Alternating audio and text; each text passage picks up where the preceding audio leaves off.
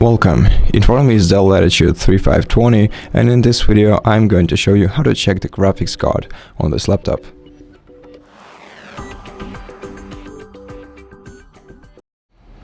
To check the graphics card, you can go to the Start menu, then open Settings.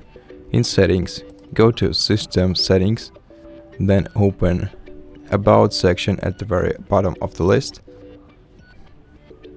And here you'll find the information about your graphics card, its name and the video memory amount.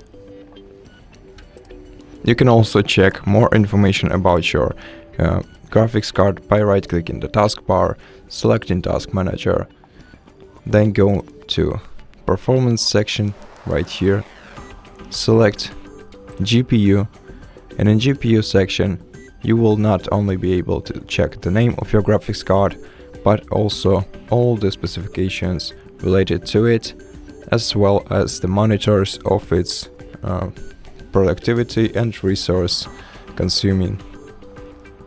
And that's it. Thank you for watching this video. If you liked it, consider subscribing to our channel, leave us a like and a comment below, and I'll see you in the next one.